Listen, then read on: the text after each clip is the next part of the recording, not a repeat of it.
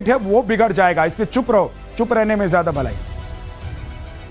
देखिए, ऐसा है कि जब चाइना के वेपन्स फेल हो गए तो चाइना ने पहले इसको गोलमोल करने की कोशिश करी कि नहीं साहब, कोई वेपन फेल नहीं हुए, सब कुछ बढ़िया है, द बेस्ट वेपन्स। फिर अचानक अखबारों में यह खबर आती है, वेबसाइट्स पे यह खबर आती है कि चेंगडू एविएशन जो J-10 फाइटर प्लेन बनाता है उसके शेयर्स गिरना शुरू हो गए। यानी कि चाइनीज लोग, उस कंपनी का तो चाइनीज ज्यादातर शेयर्स खरीद रहे हैं, वो खुद चाइनीज उसके शेयर बेच रहे थे, जिसकी वजह से उसके शेयर प्राइसेस गिर गए। देखिए साहब, चाइना ने खुद बोला है, अभी खुद एडमिट करा है कि ये एक्सपोर्ट वेरिएंट है, हम इसके बारे में और कुछ बात नहीं करना चाहते। जिसको आप कह रहे हैं ना कन्नी काट रहा है, बेसिकली उसने हाथ झाड़ लिया, उसने बोला कि नहीं ये तो एक्सपोर्ट वेरिएंट है। कहने की बात यह है कि जो चाइना और देशों को बेचता है हथियार, वो कमतर होते हैं, वो थोड़े से बेकार क्वालिटी के होते हैं, वो घटिया क्वालिटी के होते हैं, और अच्छे वाले हथियार वो खुद के लिए रखता है। मुझे यह समझ में आया जब चाइनीज स्पोक्स पर्सन ने यह बात बोली है, और अच्छी बात है, अच्छी बात है। दुनिया के सामने चाइना को एक्सपोज होना बहुत जरूरी था, जो इतना बड़ा जो चाइना सपोर्टर बनता है पाकिस्तान का, और ये मसूद अजहर और हाफिज सईद के गुण गाता है यूनाइटेड नेशन सिक्योरिटी काउंसिल में, चाइना के साथ यही होना था। जब कोई आपको ये कहकर ही देता है कि मैं तुमको वो हथियार दे रहा हूं जो हमारे गोदाम में पड़ा हुआ है, जिसका इस्तेमाल हम नहीं करेंगे, तो शैलेंद्र सर आप कुछ कहना चाह रहे हैं? नहीं, देखिए, आप मुझे एक बात बताइए, मैं उनको छोड़ दीजिए, आप मार्केट में जाते हैं और कोई एक बोलता है कि एक के साथ एक फ्री, तो आपको क्या लग रहा है वो दोनों एक जैसे हो सकते हैं? और 20 रुपए का माल 10 रुपए में, वो तो इसीलिए आ रहा है ना। हाँ। अब वो J-35 ऑफर में आ गया है 50% पर। 50% क्या होता है? एक के साथ एक फ्री हो गया ना। तो आपको वो क्वालिटी पहले से पता होती है। आप चाइनीज मटेरियल आजकल आप अपनी मार्केट में भी जो पहले आ रहा था, आप उसे क्यों नहीं लेते हैं? क्योंकि आपको एक तो दिख जाता है कि एक के साथ एक फ्री है, दूसरा सबसे बड़ी बात, 2 दिन बाद तो छोड़िए, 2 घंटे बाद वो काम करने की रिलायबिलिटी नहीं है। बेचने वाला बोलता है यहां तक चलता रहेगा तो ठीक है, आप घर ले जाइए, उसके बाद मेरी कोई जिम्मेवारी। ठीक बात है। ये बात चीन के लिए भी कह सकते हैं कि चकाचौंध के दौर में आप चीनी सामान पर विश्वास ना करें। वो आपको चमक दे सकते हैं, वो आपको लाइटिंग दे सकते हैं, बढ़िया पैकिंग दे सकते हैं, लेकिन उसके अंदर का सामान कैसा होगा ये आप सोच लीजिए। तभी चाइनीज माल खरीदिए, और पाकिस्तान ने खरीदा, आजमाया, और दुनिया को पता चल गया। अगली बड़ी खबर, भारत के हाथ में PL-15 से चिंता में चीन आ गया है। चीन को रिवर्स इंजीनियरिंग का डर सताने लग गया है। चीन के रक्षा उद्योग में खलबली मच गई। चीन ने कहा है कि पाकिस्तान के पास PL-15 का डाउनग्रेड वर्जन है। पीके सर, तो ठीक है ना? अब देखिए, बता दिया कि बेटा औकात में रहो, तुमको हमने रोटी डाली है, तुम उसे पराठा समझ के मत खाना। ये समझो विद्या, हुआ क्या है कि उन्होंने एक सामान दिए जो चला नहीं। अब 2 चीजें उनके मुसीबत फंस गए। डायकॉटमी क्या हो गई? अपना माल भी बेचना है और अपने आप को ताकतवर भी साबित करना है।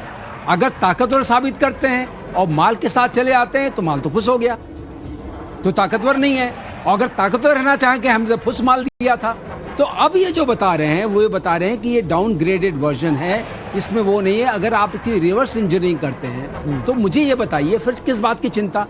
अगर डाउनग्रेडेड वर्जन है, रिवर्स इंजीनियरिंग कोई करता है तो क्यों करेगा डाउनग्रेडेड वर्जन का?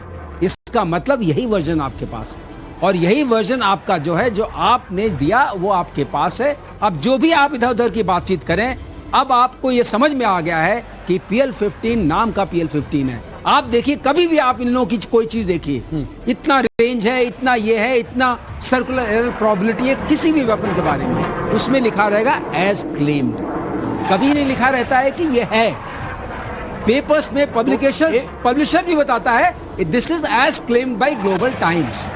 We do not know. Global Times, हर आदमी इससे अपना पल्ला झाड़ लेता है। चीन का मुखपत्र है ना, उसको झूठ फैलाने वाली मशीन भी बोलते हैं। आप लोग अगर नहीं जानते होंगे तो मैंने आपको बता दिया, जिसका जिक्र कर रहे हैं सर। लेकिन शैलेंद्र सर, एक बात यह भी है कि पाकिस्तान इसलिए भी ज्यादा दुखी होगा इस वक्त कि एक तो भाई हमारे पास जो पाव भर के बम है वो धरे के धरे रह गए, है ना, वो भी काम नहीं आए। दूसरा, हमने जिसको बाप बनाया वो हमें बेवकूफ बनाकर चला गया। तो अब ऑपरेशन सिंदूर 2.0 अगर हो गया तो भाई साहब क्या ही होगा? मेरे ख्याल पाकिस्तान के लिए एक बड़ी सीरियस बात यह है कि जब हम वो बॉम्ब्स की बात कर रहे हैं ना, ये अगर सारा कन्फ्लिक्ट नहीं होता तो ये जो हमारे प्राइम मिनिस्टर ने एक नई डॉक्ट्रीन ला दी है, पहली बार इतने शॉर्ट ड्यूरेशन में एक नई डॉक्ट्रीन बनी है।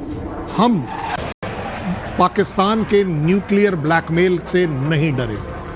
अब हमारे लिए आपका न्यूक्लियर वाला सिस्टम इज अ ब्लैकमेल। हम इसके चलते हुए कहीं कोई इसको थ्रेट के तौर पर ट्रीट नहीं करेंगे। हमारा जो एक्शन हमने करना है वो हम जरूर करेंगे। सो आपका सबसे पहला, चाहे पौवा का हो, आधा पौवा का हो, 10 किलो का हो, कितना भी ले लीजिए, अब ये ब्लैकमेल हमारे साथ काम तो नहीं चलेगा। उधर से खबर भी आ रही थी कि वो जमीन के नीचे ही फट रहे थे, भूकंप आ रहा था। भूकंप जब बार बार आने लग गया तो वहां के लोगों को डर सताने लगा कि ब्रह्मोस तो नहीं आ रही है कहीं। अगली बड़ी खबर बता देता हूं, सिंगापुर के शंग्रीला डायलॉग में सीडीएस अनिल चौहान ने बयान दिया है। उन्होंने कहा है कि हमने कई बार पाकिस्तान से दोस्ती करनी चाहिए, 2014 में आगे बढ़कर दोस्ती की कोशिश की गई, बदले में पाकिस्तान से हमें दुश्मनी ही मिली, क्योंकि पाकिस्तान तो पाकिस्तान ठहरा। पाकिस्तान क्या करेगा जब एक किसी को आदत पड़ जाती है किसी नशे की, और आतंक के नशे की अगर आदत पाकिस्तान को पड़ गई तो सोचिए पाकिस्तान फिर क्या करेगा। और यही वजह है कि पाकिस्तान को बार बार, जैसा कि आज हमारे सीडीएस कह रहे हैं कि हम बार बार कोशिश करते रहे कि भैया दोस्ती करते हैं, लेकिन उधर से आतंक चला आ रहा था, तो फिर तो दोस्ती का सवाल ही नहीं है। शंग्रीला डायलॉग में सीडीएस चौहान ने पाकिस्तान को लेकर भारत का विजन बहुत क्लियर कर दिया है। मेजर आर्या, जरा ये बताइए कि सफल ऑपरेशन के बाद भारत को दुनिया में अब इस वक्त दुनिया कैसे देख रही है, दुनिया के देश कैसे देख रहे हैं हिंदुस्तान को?